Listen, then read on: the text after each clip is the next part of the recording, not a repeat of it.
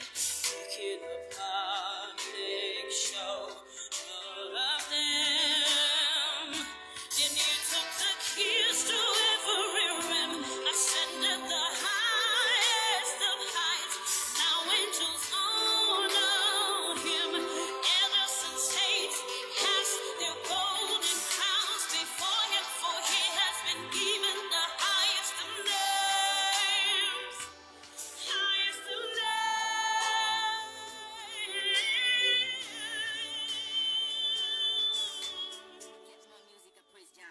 Can see, I think on the embassy. Young is song, it's on and on and on.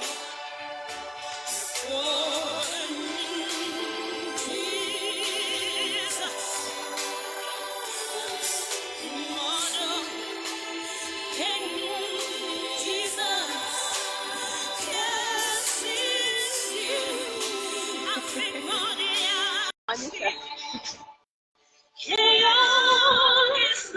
Yes, that's my song. Thank you. By recording at the gun. Download.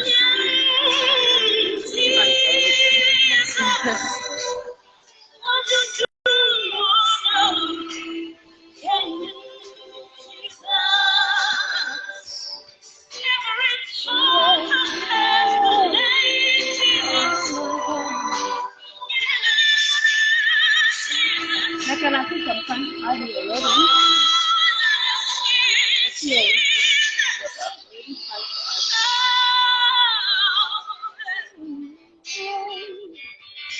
Jesus, Jesus, I keep on calling the name Jesus.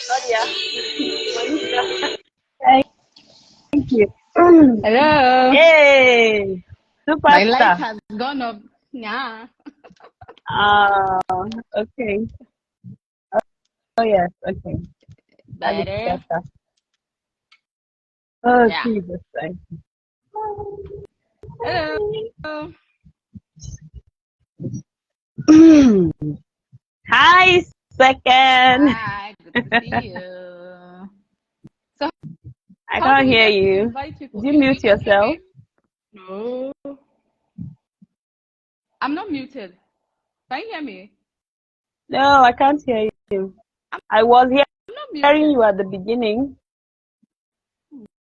Can't hear you. I'm not muted. I can't hear. I'm reading basically. Okay, maybe you should try to turn that back on and then. Can you hear me? Just reading your lips still. Wow. I'm not muted. Maybe turn it off. Oh, you can hear her? How am I not hearing her? Hey. Okay. And I was hearing you. Wow. Okay. Do you want to go back out, then you come back in? Because I was hearing at the beginning. What? Should we try that? Let me remove you, then add you again. Right? Okay. It's actually hanging.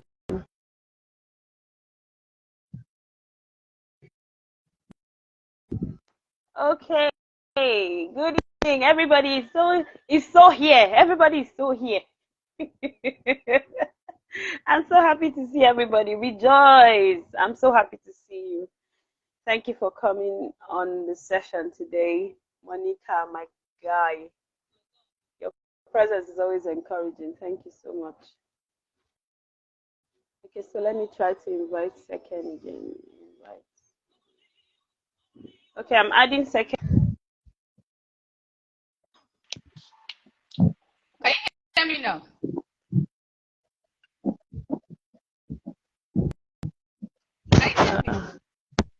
Oh my God, we're not going to have this problem today. Hey, You still what a mess. What is going on? Ooh. I can't hear you at all. Like, okay, hey, talk again. Can you hear me? My God. Before Abigail, I reduced the volume of the music and your voice. Sorry. You can hear me now, right? Okay. Yeah, I can hear you clearly, and I can see your beautiful face. Amazing. Good to be Yeah. here. Yeah. Okay. Yeah, that was on me, Dorcas. I'm so sorry, everybody. That was It on was me. on I turned her. It down the was on volume her, of the not music. me. It was on her. I turned down the volume of the music and of course the sound of your voice. I'm so sorry about that. Okay. Good evening, everybody. So good to see you again here today. And of course, oh no, this it's fine. So long as we can all hear everybody. Monica, you can hear. Yes. Okay, so let's begin already. Oh my God, they didn't just take the light. Did they just take the light? Hey God, they can't do this to me. Even if they Okay. do, you keep talking. We'll keep listening. They should not even try it though. Okay. Last week we began a session, or a series rather. We began a series we titled What I Wish I Had Known Before Giving Birth. So Judith Johnson inspired this series. So we began Nurturers last year, July, thereabout, late June, thereabout. And then that was on WhatsApp and on Telegram. And then one of those days, Judith comes to my private wall or my WhatsApp and says, "You people did not warn us that these things will happen." And then she tells me a number of things that her son was doing. And it just struck.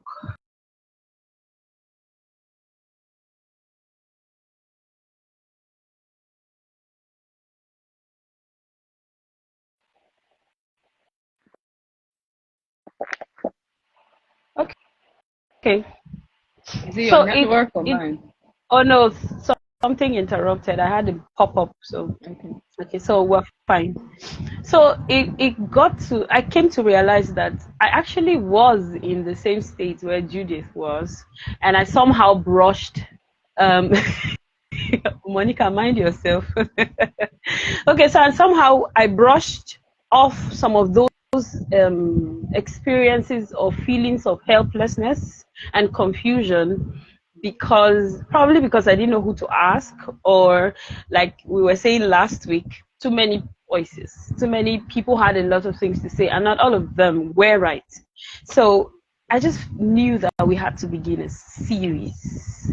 It could not just be something that we'll just talk about for one day and that would be it. So we began a series. Oh my God. Telegram sessions. I recorded them. We had some days we cried. The things that women said they went, and many of them I know. Monica was on those sessions on Telegram, and some of them don't even want to appear, may not even want to appear, because those things, I mean there was this day I felt like the person who was talking, after she spoke, she couldn't believe she had just said those things. I mean, those were things that she probably kept to heart, and the rest of the world was not supposed to hear about it. And somebody's wondering why women go into postpartum depression, or why women wonder what motherhood necessarily is about, why they have to go through all of that. Somebody wonders. Oh no, we bottle in so much because of what we have suffered, and then on the other hand, we don't know anything. So that's why we're doing this session. I'm so glad you bumped into us, or you came. No, you didn't bump into us, you deliberately came. I'm so happy. Actually. Yeah. You're my guy. My guy, it was really encouraging seeing you, honestly. I don't take you for granted. So it was encouraging seeing you, and then you were participating. And then, crazy enough, the reason why you're here is because you had contrasting experiences. Last week I shared about my own experiences, and you had contrasting experiences. And whoa, okay, I wanted to hear everything. And I'm so happy that you obliged, So today, I want you to talk. The essence of this is so that women who are not yet in this position, nurturers is basically for early mothers and Ryan, oh my God, all the way from Philadelphia. Where? It's so good to have you here. Hi, thank you so much for joining in. I hope you stay. So Ryan just made me remember that last week I was telling a friend of mine who is in the US or UK that I would be grateful. Oh, Adoration, thank you for joining me. So I'd be grateful to have him on the session with his wife. And then some days after, I was having a conversation with a guy who wasn't married, and it hit me that men are not even prepared for motherhood, parenting. They're not motherhood. Now, when I say motherhood, means their wives becoming mothers. That's what I mean. So men are not prepared for the kinds of things that happen to their wives when they get pregnant. They don't tell them anything. The antenatals are usually for the women. Most times they invite the men, they are welcome, but it's not like it's written in stone that you have to attend. So, but they are as confused and disillusioned as anything you can think of. So I'm happy to see guys here, especially on this series, because it kind of prepares you for what is to come, when you are with your wife, which is pregnant. So I don't want to talk too much because I'll have plenty to say. So I want us to go right in. I know. Oklahoma, yes. Ryan is coming. Is connecting with us from Oklahoma. Thank you so much. Okay, so Sekyen, you have 3 children. You are looking hot. Let's start from there. Let's start from there. You're supposed to stand up like this and show us your hot self. How is it possible? Flat, but not so flat. So let's leave it. It's not a little flat. I've seen it. Hello. So Sekyen is a mother of 3. Yeah. She's a minister. I love you. Love where you sing from. Yeah, that's it. I love where you sing from. Conversing with you, I love where you talk from. You are knowing. You talk consciously. Monica already knows this. You talk deliberately. So I think this is just like a brief intro. I didn't ask you for a bio because I didn't want it to be anything too formal. I want us to just enjoy ourselves. Okay, so yeah, thank you. Okay, so I don't want to ask you a general question. I want to be specific. So let's start. What was your first experience? Okay. I don't want to say I don't want to say after like that. Okay, let's start from after giving birth because we're focusing on that. That will be from my first child. Yes, your first child. Okay. And I'm aware that they can be different. Experiences can be different for each child. 3 of them, they actually are different. So yeah. So I'll begin with my first child. By the way, I have 3 children, like she said, 2 boys and a girl. My first is a boy. I had him in 2016. Yes, November 12th, 2016. And I remember that day I was just going for my normal antenatal because I was already tired. It was like 41 weeks and the guy just didn't want to come out. So that morning I woke up as usual crying, telling my husband I am tired. Let's go to the hospital. Let the doctor do something, anything. And I remember calling my mom and she was like, if you go to the hospital, the only thing they will do to you is to induce you and you wouldn't want that. I was like, no, I'm ready for it. I just want him out. She's like, okay. So is that my network? Can you hear me? You can't hear You're me? kind of... Okay, I can hear you now. You were hanging. Oh, really? Okay. Okay. I can hear you now. She said the only thing that will be done to you is you'll be induced. And of course, then I was clueless. I was like, whatever they need to do, they should just get this child out. Like, I'm tired and out. And I remember while we were on our way and we were taking a walk and we just saw someone that took us to the hospital because our car was broke down that morning. So immediately I got into the car, my water broke. And I felt something wet and I just touched my husband because the man was driving. And I touched my husband. I think I have water all around me. My husband looked at me, what I say? I'm like, well, from the things I read, I think my water just broke. And the man heard it. I was like, oh, your water just broke. He's an experienced father, of course. I was like, oh, then that means you're ready. And like, oh, thank God, finally. I didn't know what was ahead. My God. So we got to the hospital immediately, and the doctor was like, oh, your water broke. So take us straight to the, what is it called, delivery, to the labor room. And they took me. I was like, where are your bags? I was like, oh, okay. I was not actually prepared. We're just coming for antenatal. I was like, really? But your water broke, blah, blah, blah. I go back home and get her things. So reality started dawning on me. So I was there from like about 11, 12 in the afternoon. And I was dilating, but I was just 3 centimeters. Yes. The doctor will come, check me. Another doctor will come and say 2. The one with the big fingers will come and say 3. They kept checking like that. From 12, 1 o'clock, 2 o'clock, 3 o'clock, nothing happened. I was still 3 centimeters. 4 o'clock, 5 o'clock, the doctor said, oh, you need to be induced. I was like, please, whatever you need to do. So yeah. Do it already. Induction time, yeah.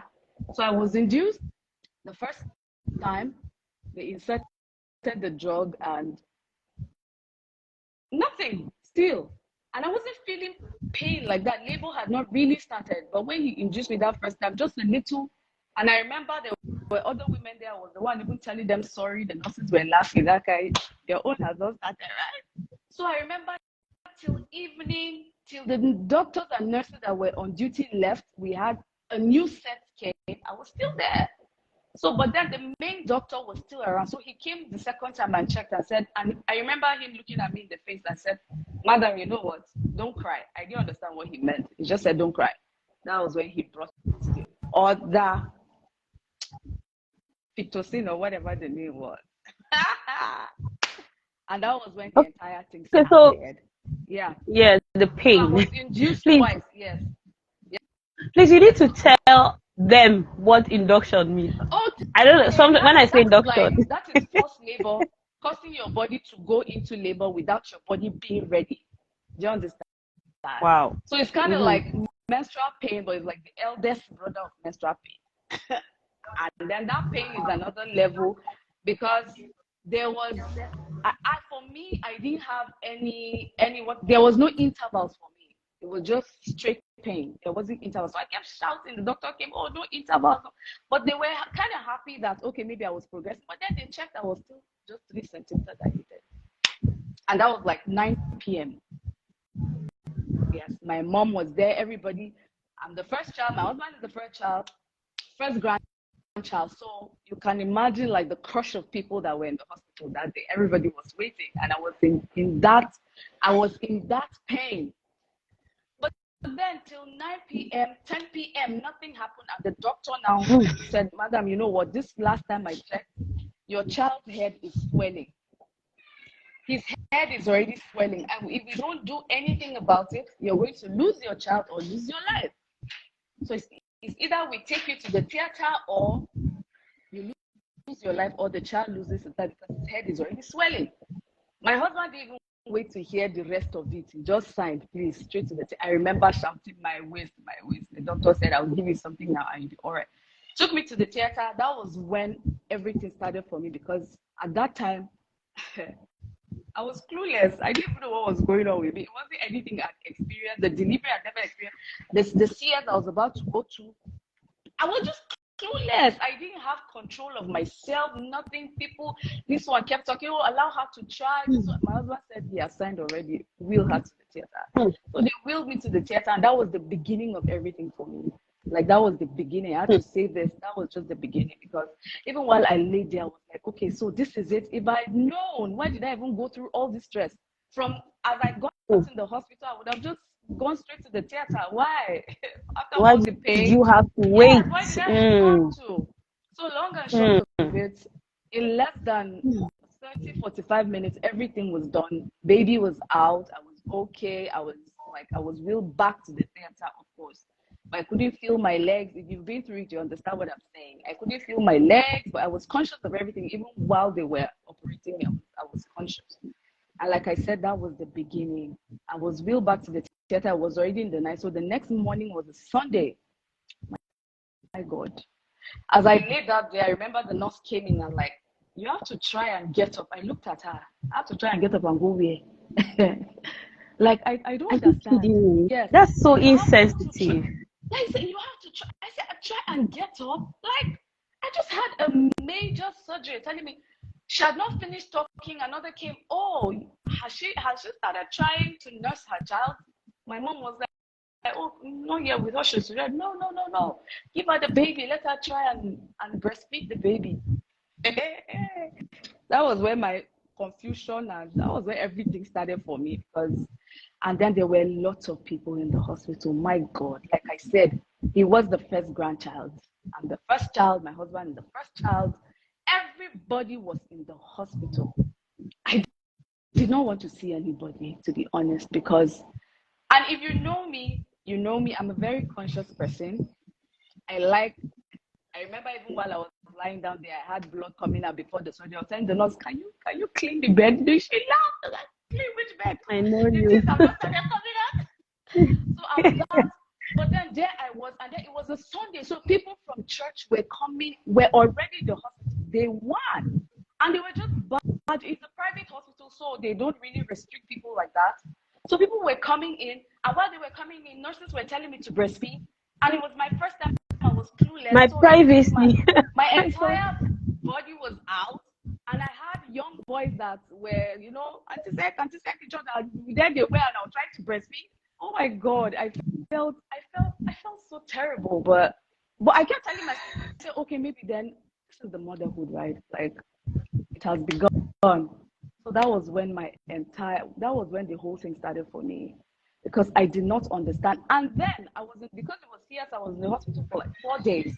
With the pain, they would tell me to try and walk. And my pregnancies are usually very smooth. I don't throw up. I don't have morning sickness. You wouldn't even know I'm pregnant. You just see my face doesn't change. Like you just see my belly, and I'm really active, really, really active. I don't have swollen feet, nothing at all. But after I had my first child, my legs immediately after the surgery, my legs were this big. It was so swollen, and the nurses would come. You have to try and walk. I remember I would just put my head down, tears would just be rolling down my eyes.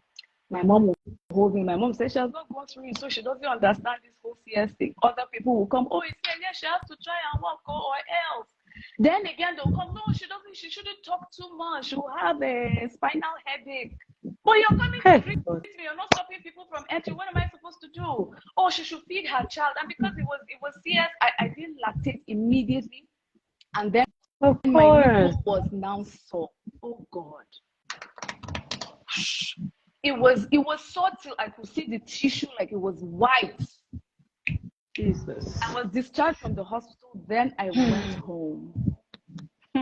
My God. So after I went home that a lot of people were coming in and out, in and out. I was struggling with breastfeeding. The child wasn't sleeping. Ariel wasn't sleeping. He will be awake till about 4, 5.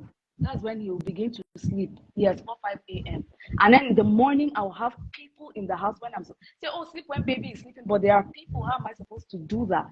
Even when I'm sleeping, they could just come and touch me gently. Oh, he's a little uneasy, just breastfeeding. Then my breast was sore. And they told me, oh, the only way it can heal is if you breastfeed If he sucks. like that. Like Jesus. that. And I'm seeing the white tissue. My God. And then I was trying to heal. I couldn't sit up straight. I remember there was a time my mom just brought him. I told my mom, you know what? Get this child out of my face. I said, get him out of my face. Just get him out of I don't want to see him. Just take him away. I started crying. She was like, so what do I want her to do? I said, what do you want me to do? Aunties will come and say their own. This one will come and say anything they say my mom wants to try. It is her first grandchild too. My mother-in-law was there too. So anything people say they want to try it out because it is their first grandchild too. They are excited. I'm excited. And all of us are clueless because they have been mothers, yes, but this is their grandchild now. And there's a limit, I know, to what they want to do because, of course, I'm the mother. But then I had a lot of school of to the things that were rub on him because he had these rashes. Everybody with his own. Then the rashes now became worse because everybody was everything. Oh, we'll try this one. We'll try. Oh, try this one. Try. I remember when he was 1 week old and we had to go for circumcision. I was showing him the picture earlier today. I could barely stand. Like I could barely stand. And I'm like, who will I even talk to that will understand? My mom, yes, even if I tell her, but there's a way she could, talk. It's in motherhood now, what will you do? So I felt like nobody understood me. And then you have to put up a face that you're strong, like you just had a baby or a strong woman. It was the circumcision and I could barely stand, but I had to go. Yeah, you can't be weak. Yes, I had to go. My mom said you have to go because if he cries, you will have to feed him and all. I'll never forget, it was this aunt of mine that came to the house. She's a medical person. And she saw me crying. And I didn't mention that apart from my surgery, apart from the sore nipple, as I was breastfeeding him, my stomach was aching me. And I was told that was my womb trying to go back to shape. It was that was another level of pain. So anytime they brought him for breastfeeding, I would just see tears dropping out because the stomach. Oh my God, you were so terrible. Yes, it was so terrible. And then my aunt came. I was trying to breastfeed. Then she looked at me and she asked my mom, "Why is this girl crying?" I said, "Oh, her belly is aching." And they just say, "Oh, her belly is aching. I'm going to go." Then when I like it means nothing. When she saw my nipple, it was I can't forget Auntie Muna. When she saw my nipple, she told my mom, "What is that?" My mom said, "Oh, it is so. They said it will heal, that she should just keep." My aunt said, "No way." Do you know what my aunt did? I can't forget that woman in a hurry. She collected the baby, gave it to my mom, said, "Hold this child." She said, "Okay, let's move. Enter the car." She drove me, just me and her. Nobody came with her. My mom didn't even come. She said, "Leave the baby. If he cries, they should find something and give it." She took me to the hospital. Yes, we went straight to the doctor. She said, "Doctor, is this..." She has 4 boys, by the way. She said, "Doctor, it has not happened to her. Is this normal?" Doctor said, "Well, it's normal." She said, "Are you guys telling me there's nothing we can give this girl at all?" He said, "There's usually something, but sometimes the child just apply a little." He said, "But she's in pain." Then he now gave us this drug. I can't remember the name. Do you know, immediately I went home and took it. The next day, this thing dried. Yes, immediately I took it. The next day, it dried. She told my mom, "You see, wow. If you don't ask, will you know?" And me, I did not. If you don't ask the right people. These are the things. Nothing prepares you for this. And the thing is, nobody opens up to tell you all of these things. I was clueless. You just enter into it, and they expect you to navigate it. You're now a woman. You're now a mother. They just expect you to navigate it. Nobody tells you. And like people counsel you before wedding, but before you're married, but there are things that they don't really open up to tell us. They don't really. They just go through it. Oh, you're a woman. You should go through it. I know. That passed, right? In fact, the story is long, but I want to make it short. That passed. Then my second daughter. Then we were in Jos. We had to relocate to Abuja. My second daughter, I remember I went to the hospital and the doctor told me, "Oh, your first case is here." She said, "You know what? Don't bother. Don't bother yourself. I know you might want to try this next time." I said, don't sweat. Choose a good day and come to the hospital, relax. The next day will just be surgery. You're done. Don't even, so that you don't even have to go through the stress, because I told her my case. She said she knows what it is. She said, "Don't even bother. Don't bother." So that was how I went to the hospital and I had her. Hers too was very okay. I rested. The next morning it was quick. And I remember telling my husband, "You know what? This is Abuja and I'm glad. I don't want to see anybody. I don't want people." Wow. He was like, "But how do?" I said, "No. The people coming to take care of me, my mom was coming, my mother-in-law was coming." I said, "That is enough. I do not want to see anybody. People don't understand this." And I told you know what? This is my secret. And I'm not having. I said, "If you want me to lose my mind, it's fine. But I'm just telling that I don't want anybody. I definitely need somebody to take care of me." And I already had people at home. I had people at home that were helping me. I said, that is okay. I don't want to see anybody." And that kind of worked, but not quite. You know us, we have a lot of people. But at least I This rested is a bit Nigeria. more. I rested Yeah. a bit more. But then the shock for me was again taking care of 2 children. And the gap between them is just 1 year, 10 months, not up to 2 years. So I was taking care of a toddler and a newborn. Dear God. That one is another thing. It's another thing. Like, because I didn't understand, like, I'm just having a baby now. It's not just 2 children. Oh, I didn't know that both of them will be needing my attention, especially because of the gap. And again, it was years I was trying to heal. But the visit was better than the first. Yeah. I was trying to heal and all of that, but then I had a toddler to take care of. And he needed my attention. The boy doesn't understand that he has a new baby sister too. Of course, it So doesn't. that was quite overwhelming for me too. But it wasn't as stressful as the first, I would say, because maybe I had a bit of a knowledge and Prior experience. of what it was. Then my third child, of course, after 2 CS, there's no need trying again. The next one is automatically CS. So that one, I went to the hospital again, normal. No, I was supposed to have him on the 12th of June. But then I remember my mom was supposed to come. And I kept telling her, are you coming?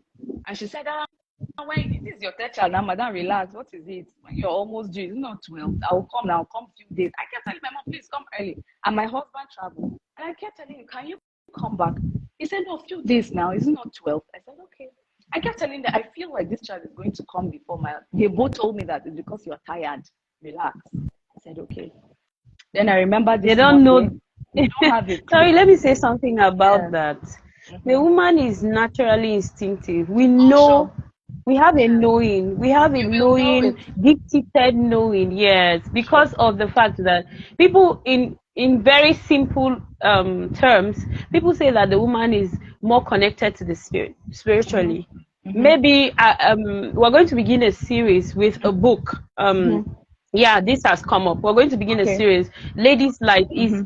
I was listening to the audio review by the author again, and I was like, we don't know anything about who we are as women. Okay, so we're going to have a review, just each, maybe a sentence or a paragraph from the book every day, so that we can get to find out who we are, our powers. I said superpowers in one of my videos. So a woman just naturally has this knowing. But the problem is society does not even understand who we are. So they shut us up all the time. In fact, they've done it so well that we begin to shut ourselves up. Exactly. Imagine that they had listened to you, and maybe because of how much, let's say you knew how much of this you carry, how much of your womanness you were manifesting, you would have insisted further until something was done. Please go ahead. True. So yeah, for my third child, so that Monday I remember I needed to do, because usually I would cook, just stock up so that after delivery I won't have to, just the best I can, right? So I went to the market that day. I remember going there. The person I buy, she looked at me, you look like you're going to give it. I was like, no, I still have some days to go. I'm just tired. So I remember I bought the things, came back home, cooked, made all the soup I needed to make, I stocked up my freezer. So I was telling the girl in my house, let me just go and take a shower, okay? Just help me make some more so that when I come out, I'll sit down and eat better food. So I remember as I was taking my bath, I came out and I felt something wet on my. I thought, I was like, what is this? I said, but I had my bath with cold water. Then that was my water treatment. It broke again. Wow. I sat down for a bit because my children were in school. And if you know Abuja very well, I stay in Dawaki, my children's school in Maitama. The distance, I was supposed to go and pick them up. My husband traveled. There was nobody. My mom was not yet here. Abuja is not like Jos. I could say, oh, let me quickly run to Mfon's house. Or everybody that work. It was a Monday. It was a Monday. I remember I sat down for a bit, and the first person I called my husband and said, okay, it has happened. He was even in a meeting. I sent him a message. I said, it has happened. My daughter just broke. I know. I kept telling him. He said, what are we? I said, what are we going to do? It means it's time. It's just time. There's nothing we can do. Immediately, I called my doctor. She said, oh, just get your bags and come to the hospital. It's time. So what happened to your children? Yes. because the CS said you're not supposed to go into labor. Your water broke. If you delay Of and you go course. into labor, it is not good for you. I needed to go and pick my children. I remember I called one of my friends. God bless Makchi. If you're here, God bless you. She was at work and I called her. I said, Makchi, this is it. She said, you know what? I'll handle the children. You just go to the hospital. That's Diva. What's her name Purple again? Diva, yes. Yes, Purple Diva. Yes. One of my best. Let me not even start. Let me not start crying. That, Makchi went. yeah, she loves you. Yeah, I know. I see her. She loves you. She does love me. Makchi helped me with the children. That's how I drove myself to the hospital. Immediately, the doctor came and saw me. She said, "It is time." Oh no! So I Why are you wasn't breaking up? mentally ready. Can you hear me? Can you hear me? Your network is hanging. I can hear you, but okay, I can see you now. Okay. Please go ahead. I wasn't mentally ready because that was not the day I had chosen. All the people I wanted to be around were not around me. Hello, can you hear me? Yeah, I can hear you. Okay. Yes, yes. So yeah, but then my husband had traveled. He now began to call people, please, please, please, please. And again, the hospital was packed with people. But this time around, I needed the people. Yeah. The hospital was packed full with people. I had people who were helping me with the children. She had already picked the children. I had people at home to just cater for them, food. Oh my God, everything was in place. I had people that were in the hospital to just talk to me, pray with me. The church was, but I remember the nurse saying, wow, you're so blessed. I was like, I know. So that was how the doctor now said, let's begin to get her ready. And in the evening, she had to call other doctors, of course, because she wasn't ready for me. And God bless that doctor too. So that was how I went into the theater again. This time it was a lot different because as they opened me up, usually they will just put their hands, they've been through, like they're looking for the child, bring the child out and all of that. But this time they kept putting hands and I began to feel pain. And I wasn't supposed to. Yes, I was conscious. And I'm like, I think I can feel this. And not the excruciating pain, of course, but then I could feel slight pain. So I began to say, I think I can feel this pain. There's usually one doctor that will just be on your head. If you've been through it, I don't know if it's the same everywhere, that will just keep talking to you. He doesn't do anything. He's just there to just keep engaging you in conversation. So he just kept talking to me. He said, is this your third, ma? I said, yes, this is my third. This is my third. He said, okay, you know, it will be a bit different because, and it's the same place they keep opening, of course. So he said, you know, it will be a bit different. Yeah. Because it's your third. And of course, because two years like that. So he said it's expected, but you will be fine. So he kept talking. But I started shouting. I said, I think I can feel this thing. And I was sleepy and I'm not supposed to fall asleep. They didn't want me to fall asleep. But then I started shouting. I said, yes, you're supposed to be conscious. So I was like, I think I can feel this thing. Usually, why are you supposed to be conscious? Did they explain to you? Because it's epidural, yes. If they wanted to knock me out, that one is different. But for this particular one, it's just that one that is the one that give you epidural. Yes, they just needed me to be halfway numb. If I sleep off, they're afraid. Let me not go to the great beyond. So you need to be conscious. Yes, actually, you need to be conscious. Yeah, you lost. So, I lost you at that point. If you sleep off, then what? I think it's my network. Can you hear me? I think it's your network. Like you're a bit frozen. Can you hear me? Can you hear me now? Yeah, I can hear you now.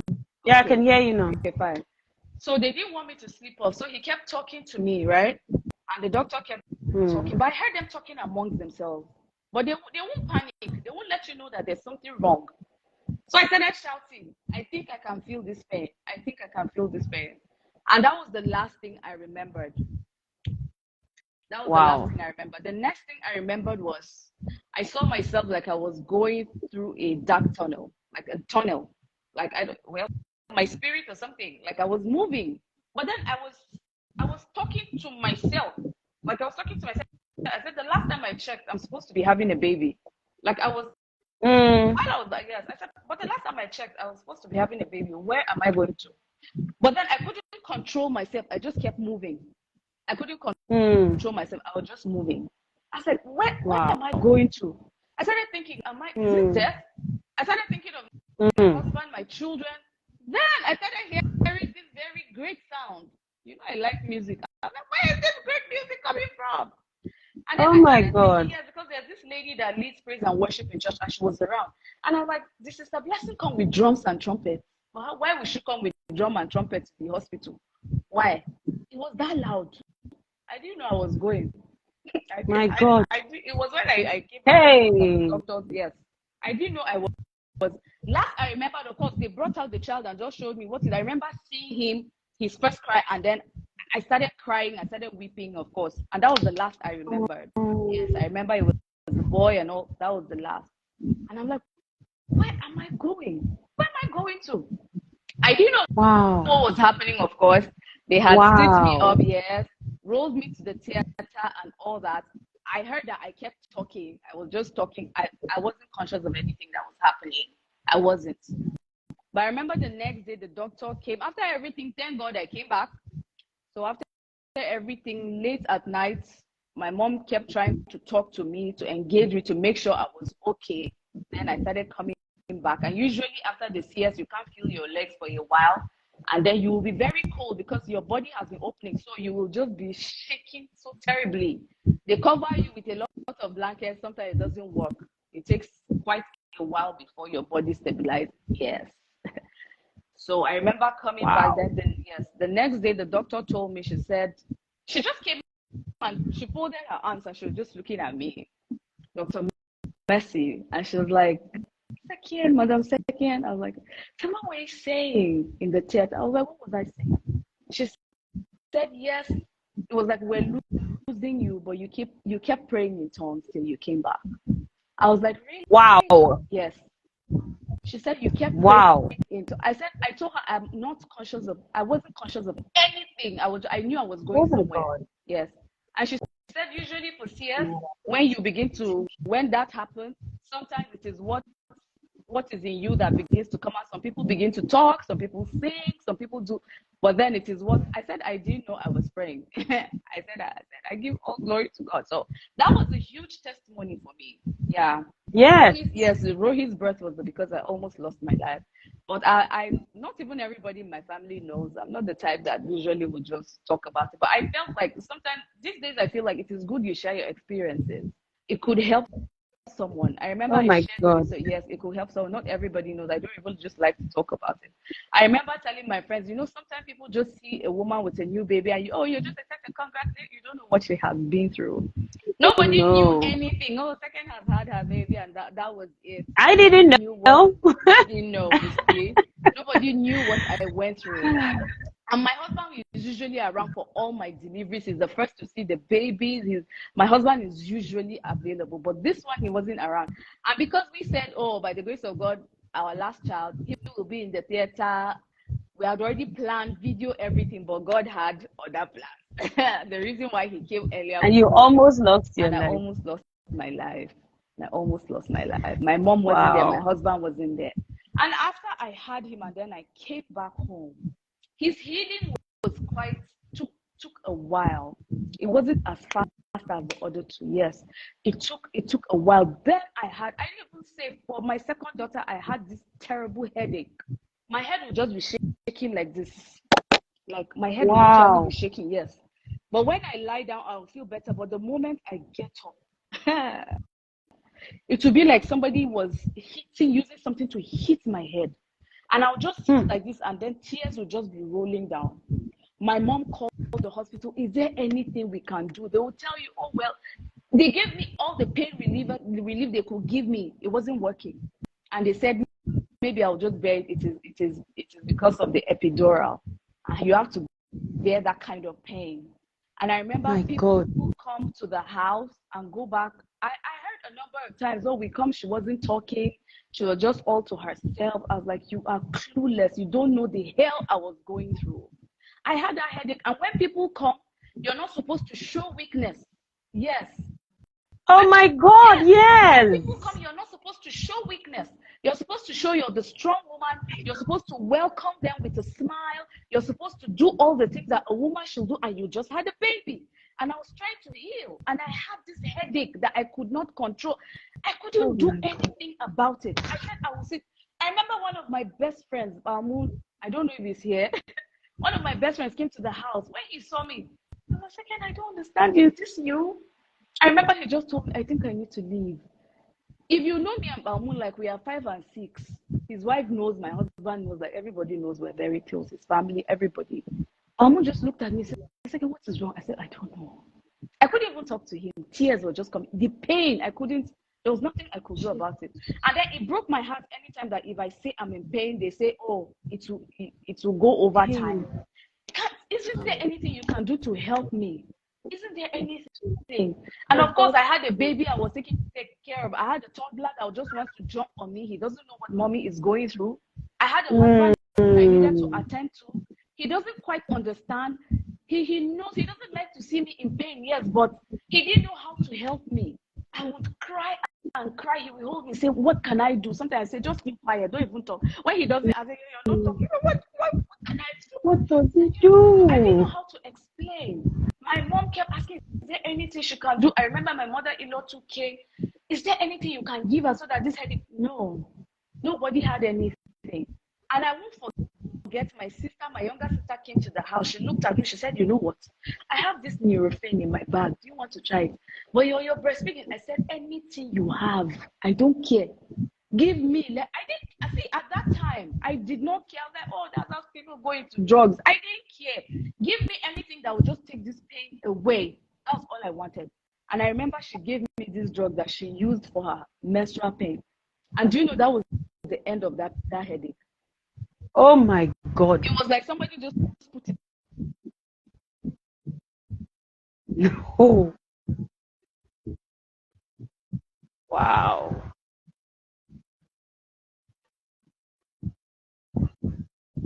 I can't hear you. Is that my network?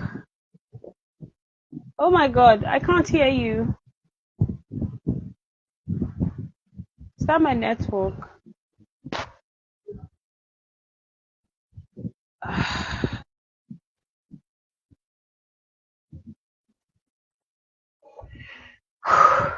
Wow. No.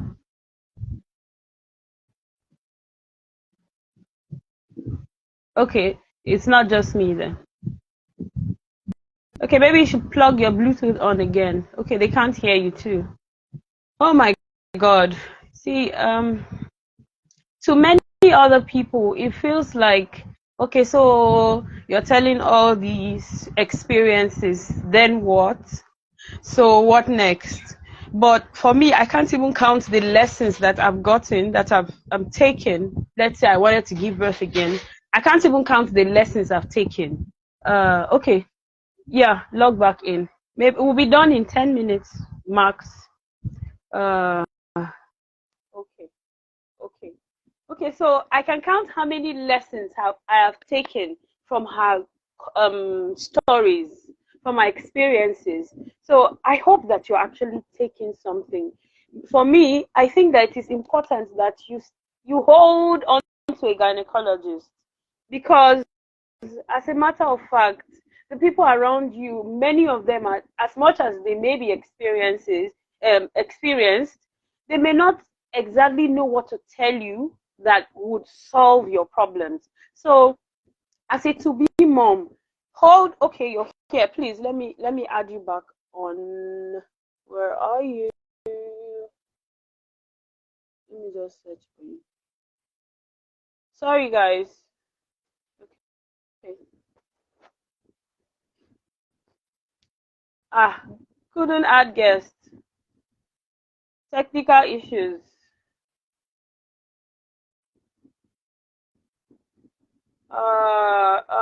Second, I can't add you.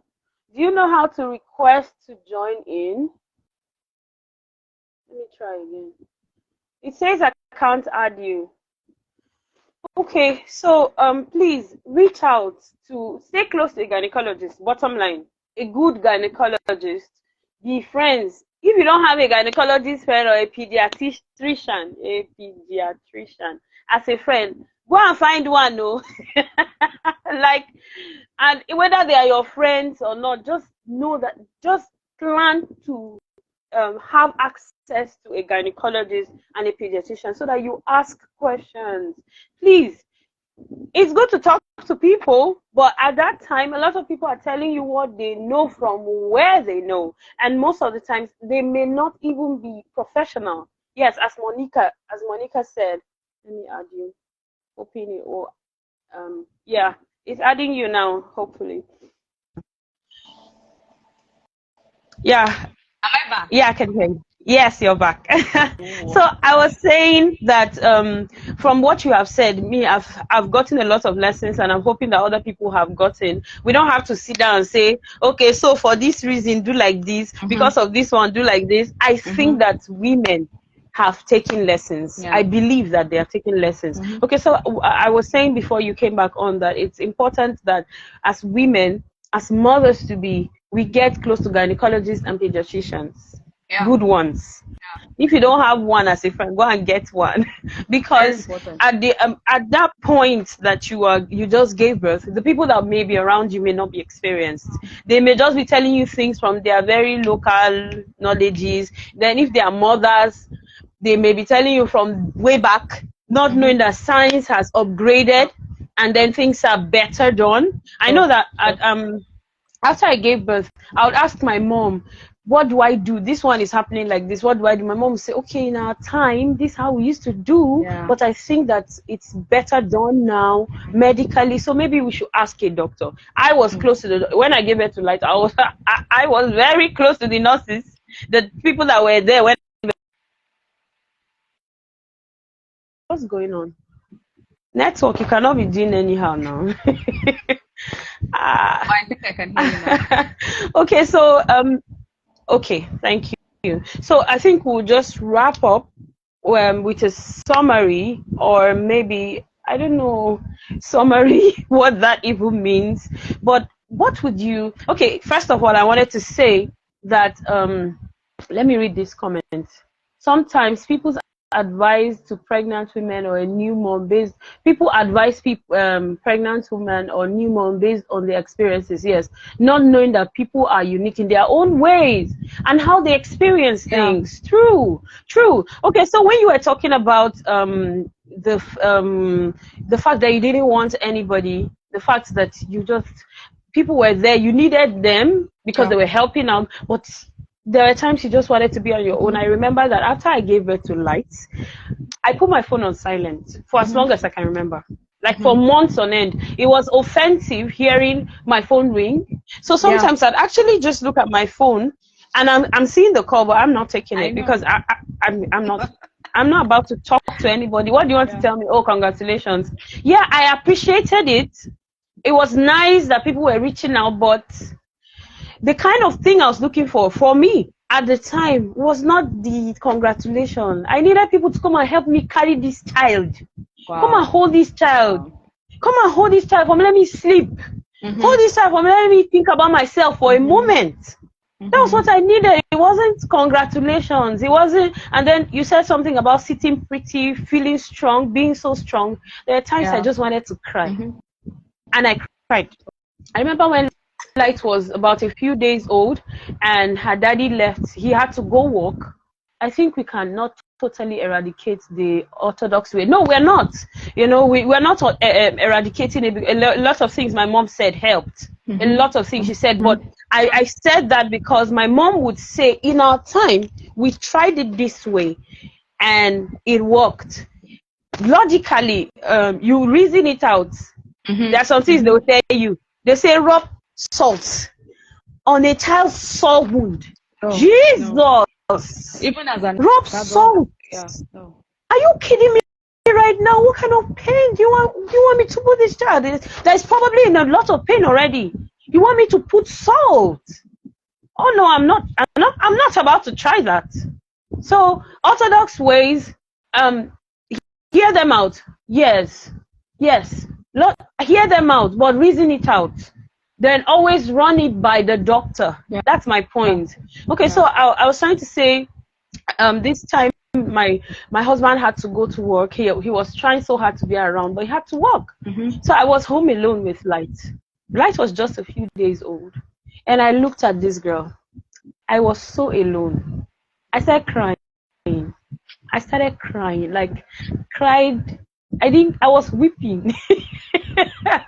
See, Light looked at me, put her head on my chest, put her hand right there, almost like she was comforting me. I felt comforted. Wow. I will not talk about who Light is again right now. Okay, but I felt like she saw my pain, and I think that God used her to comfort me. Yes, I think that God used her to comfort me at that time. So, sisters, talk to the right people, be vocal. When you give birth, be vocal. You are in pain. Hey, I'm in pain. Ain't nobody you're trying to be so tough for. The end of the day, you gotta stay alive for that baby and for yourself. Sure. So be vocal. And I needed to say this so I don't forget. Yeah. Sekyen is a private person. I've known her for years, but I know her to be a very private person. Like, I mean, Yes, I didn't even know she almost lost her life after giving birth to Roy. But she came here today. I think that beyond what I heard in my spirit while you spoke is that as much as you are helping somebody by sharing this, I think that there's a level of healing that comes with talking. Oh, sure. And that's what one of the things that I was just told is the reason why we're doing this. Because somebody may be wondering why we're talking. Yeah. You know, if I'm just talking about your experiences or your pain, you are scaring people. Oh no. No. First of all, we're healing. Secondly, we're telling you, hey, motherhood, joys of motherhood. Hello, joys of motherhood is not all sweet. It's a whole package. Yes. It is the whole package. Yes. Oh my God. So I appreciate that you spoke, that you have spoken to us. Okay, yes, that you spoke to us, you know. So be vocal, woman. So I don't know if there's anything else you want to say to wrap up. Oh yes, so that we can call it I just tonight. want to say the truth is, even after having children, don't forget about yourself. Don't lose yourself. And I'm not trying to say you should, there's extreme to everything. No, children, they're a great blessing from God. That's what the Bible says. And there's a reason why God gave them to us, is to take care of them. As a mother, you need to be mentally okay to take care of a child. As a mother, you need to be mentally okay to take care of a child. Oh my God, why are you breaking up? Can you hear me? Okay. Yeah, I can hear you now. As a mother, you need to be mentally okay to take care of a child. Yeah. And I'm going to tell you that you're the one that knows yourself best. Okay. I was trying to say, even after I had Rohi, after everything. Oh no, we don't need you breaking up now. Can you hear me? Can you hear me now? Okay, I can hear you now. Okay. So I said, I think I lost you from the point where you're really breaking up. Okay. I don't know if it's my network. Yeah, I can hear you. Okay. Okay, I can hear you. So I lost you from the point where you talked about the fact that nobody knows you better than you do. Nobody knows you better than you do. You know what is best for you and your child. It is okay. Even the Bible says that in the midst of counsel there is safety. Please get all the counsel you can, but sieve it. It's not everything that works for A that would work for you. Okay? I'm not saying you should shut people out. That won't even be good for you. No. Listen to counsel, but just knows what works for you. And I was saying, even after I had Rohi, I didn't know what postpartum depression was. Me, I thought that thing was English. I didn't know. After I had him, I did not want to see the boy. I didn't want to see him. I felt like this one is here again to take away my sleep, to take away my time, to take away everything. Just when I want to do this. And let me tell you the truth, after I had those two, when I had Rohi, I always just forget about him somehow. Then I remind myself, oh, I have 3 children now, like I have to keep reminding myself, oh, there are 3 now. So most of the time when I want to do stuff, I want to just quickly, and I remember, oh, you have a baby. I'm like, it got to a time, it got so bad. And sometimes people will be wondering, oh, you're a Christian, you're a believer. There are some things that will not happen to you. Don't get it twisted. No. Don't get it twisted. You're a human being. No, don't in the get it flesh. twisted. I mean, there were days I did not want to lay my eyes on him. I didn't want to see him. I just did not. And I had to start asking myself, is this normal? What's happening to me? I knew I had to snap out of it, like real quick. And of course, because I like to be to myself, I hardly just express myself all the ways. Recently that I could just want to deal with it, but I knew I couldn't deal with it alone. I had to share with my husband. My husband said, this is normal. Should we talk to people? Should we talk to mommy? This I couldn't even tell my mom. How can you, a mother, say you don't want to see your child? Because I'm supposed to tell that will understand that it's not that I don't love this child, but I just feel like he's you needed my space. you. You needed time for you. And then of course he wasn't sleeping too. So the sleepless night, I wake up in the morning, my other two children needed to go to school. You need to get them ready. Even if you have people helping your mother, there was just a whole lot going on for me. I needed to put myself together. Well, thank God for God. He always works it out for us.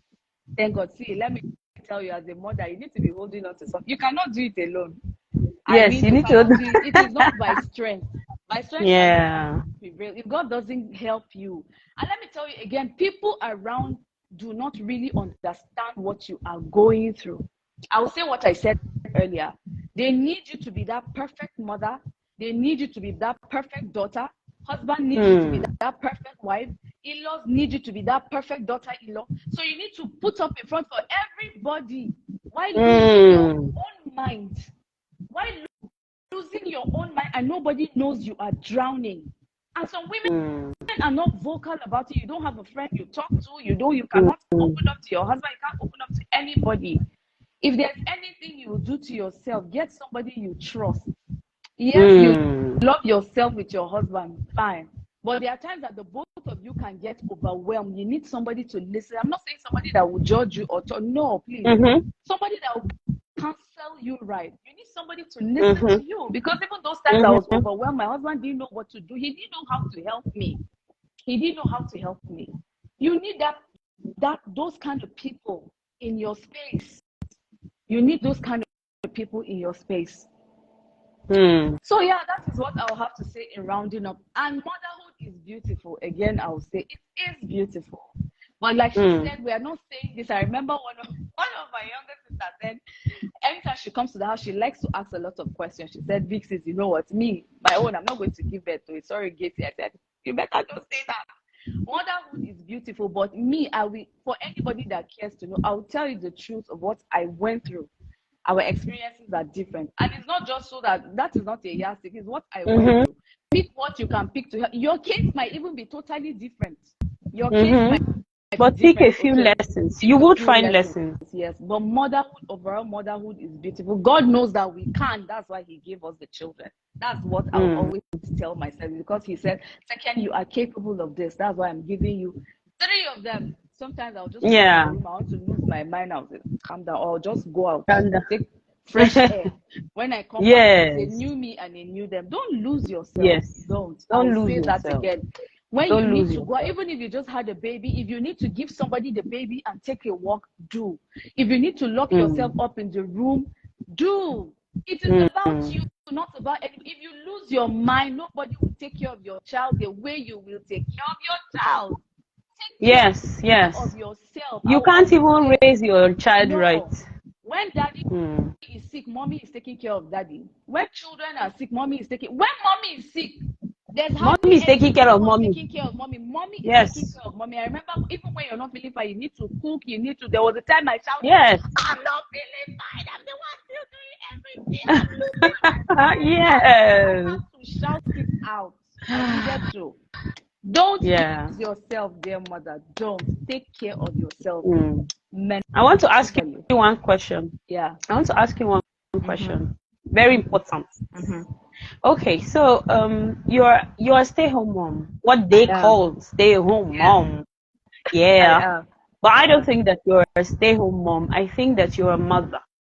I was invited to speak at an event yesterday, and I told them, I don't want to do. Please go and watch. Go and watch. I'll share the link so you can watch the video on my YouTube. I shared it on my YouTube channel. Okay, so basically, I just came to a realization. God just showed me in pictures the fact that this is what I was created for.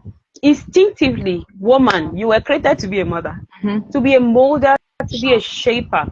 So, what made you decide? Because Sekyen is a smart girl.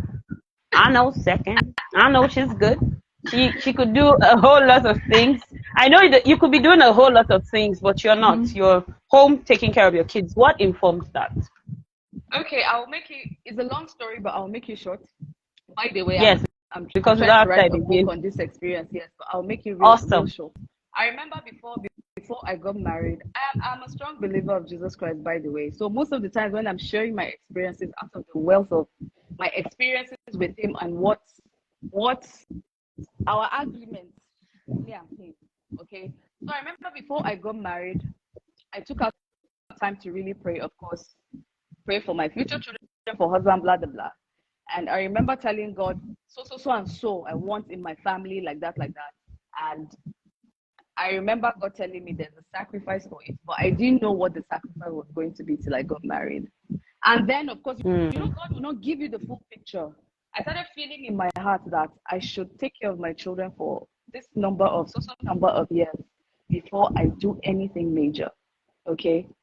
And then it was just me and my husband. And the truth is, it wasn't my husband's decision. You know my husband too well. It can never be. Yeah. It can't be. And I know you too. Yeah. It was an argument. I mean, my parents paid plenty school fees for me to go to school. Like, yes, both in Nigeria and outside, yes, to go and learn French. It is no joke. So I wouldn't just come and keep my certificate, or maybe I just want to be lazy. No. It was a decision I took before I even met my husband. I remember when we met before courtship, usually you guys will talk, right? So I shared what I had with him, and he was like, if this is what you want, it is okay by me. If it is what you want, I want it too, but in as much as I want you to be so and so forth. If this is what you want, it is okay by me. And I remember telling God, if this is what you want me to do, give me somebody that would understand that I just don't want to lazy around. No, I mean, like you said, that a millionaire, I like to dress up. I want to go to the office and wear fine clothes. And wear glasses. Did you wear glasses today? It's here. I know. No, but then it was for me. I feel like, I'll be honest, I feel like it is a calling for me. It is calling, and I knew it wasn't about anybody. You have to get to the point, you know, that it is you and God. It wasn't about anybody. There's nothing I've not, like I said, it's a long story. There's nothing I've not heard that people say, but I've shut my ears to it because, and like I said, there's a time limit to it. And I made that decision not even knowing what the future holds.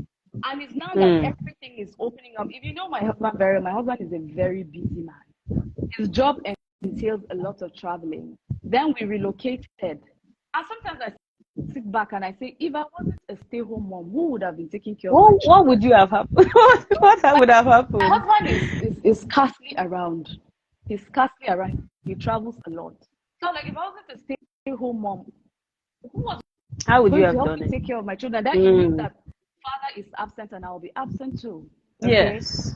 It means that both of us will be absent. And then that was when I knew that from the beginning, that was the reason why God said, this is what you're going to do, because the Bible says that he knows the end of a matter from the beginning. From the beginning. Yeah. He knows the end from the beginning. And in the course of it, I told him, okay, well, but I still have to do something that I love to do.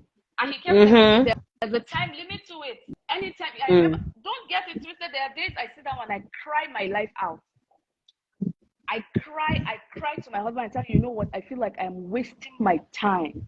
Why will I just sit down and be taking care of children? Like, I will cry and cry. He will tell me, babe, apply for a job if that is what you want to do. Have you know? Yes, a number of times. There are times they'll even call me for the interview. I'll be recommended, but I'll never get it. God will remind me it is not time. You cannot go ahead of yourself. We had a deal. You want to break your own part of we had a deal. It will not happen. You know. Yes. You know, this was. Yes. When the time Apart from, comes, yes, when the definitely. time came for me to start what I was passionate about, the line Mm-hmm.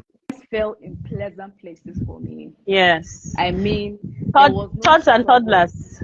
Thoughts and books, the book In club and thoughts the and books. library. The line Yes, fell please. You in need to pleasant, follow yes. Second. The line Follow fell in Second so pleasant you know places what for she's me. about there. Yes. And I'm doing great with that to the glory of God. And I'm thankful Yes, to you God. are. And I still do not regret my decision because I have time for my children, and nothing excites me more. Like there's this joy that wells up in my heart when I'm taking care of my home. And that's why I I said I know. knew without a doubt that it is a calling. And I I want know. to say that I'm not doing badly. Come on, let me pat myself Yeah, on the you're back. not. I'm not doing badly, You're and it is not. all the grace of God, and I'm grateful to Him, Yeah. and I'm grateful Okay, to Him. So so yeah, so I am very particular. Those who know me know that I'm very particular about my kids. I learned, for me, before I got married, like years before I even met my husband, I already made a covenant with God that I was going to raise my own children for at least 4 years before sending them wow. out to school. Mm-hmm. Yeah.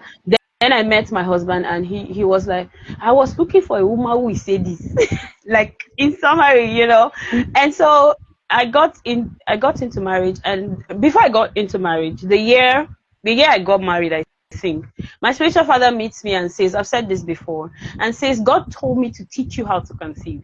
Wow. And all these lessons, a lot of things that I am finding out, he had taught me. A lot of things that women talk about that they found out, some of the things he said you found out, he taught me. Wow. So this is one of the reasons why Nurturers is. I want to share with you what I have come to see as a reality. Daniel Ubong, my spiritual father, will say, go and try it and see. Take me for my words. I am a manifestation of those things, he said. Woman, this is your task. This is your job now. Yesterday I said, do you know what the time is? The time is motherhood. You know, the time is motherhood o'clock. Yes. So quit thinking you're making a sacrifice. This is a phase of your life. You are giving God in a form to mold. Yeah. And if you don't do it, nobody will do it. That's the truth. I've said this before. All the criminals have their mothers. They are from a home. Sure. The mother did something wrong. The mother didn't give them time. The pastors are from somewhere. There's a trace. There's a trace. You have to be deliberate. So, dear mother, sit down in that house, raise that child. It's not a sacrifice. I dare say it's not a sacrifice. For me, I've had opportunities to get jobs. In my own case, I would actually go into the jobs against my husband's wish. Because my husband will say, you know how this thing will turn out. Calm down. Just calm down. I'll tell him, but I want to help. I want to support. Finally, he will just let me go. I know. I will go I know. and spend 1 month on the job, may I or spend 2 months. May I say this quickly? Okay. Please and please, I don't. This very thing we're talking about is quite a sensitive thing to talk about. Okay, because the truth is, not everybody is probably called to do this. I don't know. It's a sensitive thing, so I'm trying to. There are definitely women that are called into full-time career. Do you know? Okay. Of course, there are definitely women that are supposed to be where they are. Maybe their workplace. It's probably not everybody that is called into this space. What I'm trying to say is, whatever you're called to do, just make sure that there's a balance. That There's your a balance. home is not Important. suffering, and you're doing good. You're doing what you're doing really well, and your home is not suffering. Because once you have a home, it is on you to take care of your house. Trust me, even if you have a billion workers, even if you have drivers, if you have people lifting you up from bed, mommy is still mommy. Those children, what mommy is still are mommy. doing, don't just let your house not suffer. Like, there should be a balance. But if you're to be a home, it's still okay. Then that means you need to shut your ears to whatever you're going to hear, because people will talk. They will talk, I can't begin to say the things they have said to me. Yes. No, you've not heard my own. You have not heard what I have heard people say. You know, people just think you want to be lazy. Wow. People just think, oh, you just don't want to do it. It is like I said, there are nights I will cry and cry because this is not me. Like I feel like I just want to go up, but then it is an agreement I had with. It's motherhood o'clock. It's motherhood o'clock. So it is personal decision. Wow. I just want to say that there is no. We wouldn't say that. Oh no, every mom must. No, please. But whatever you want to do, just make sure that there is a balance. If you're a working mom, make sure your home is not suffering. If you're a stay-home mom, altogether, to make sure that the home is not still suffering, because you cannot just be home and doing nothing. It means And be doing nothing. Work Yes. and work. It means that you are giving out everything to nurture your children. So if the children turn out to be what they are not supposed to be, then what have you done? What actually? Yeah. Have Then you what done? have you done? It is a whole lot of sacrifice. It's a whole lot of sacrifice. Like I said, maybe we should have another series, because even sometimes my To talk about parents it. will ask me indirectly, are you looking for what to do? Yes. Let's not even talk about I said, parents. it's not office, but the business I'm doing right now, God will help you to take care of me, people. Don't worry. Yeah. Don't worry. But for me to go to the office, and that is the thing. People would rather you do maybe a 9 to 5 as a mother, even if you're it's just peanuts. Let it just be that you're going out Let to it be do that something. you're What if you're not working. feeling fulfilled? What if it is not purpose? What if it's not what God wants you to do? And that's when depression begins to come in, because you don't find fulfillment in what you are doing. Just make sure that Yeah. whatever you're doing, that you feel fulfilled. That's how you will be happy and be able to take care of your home.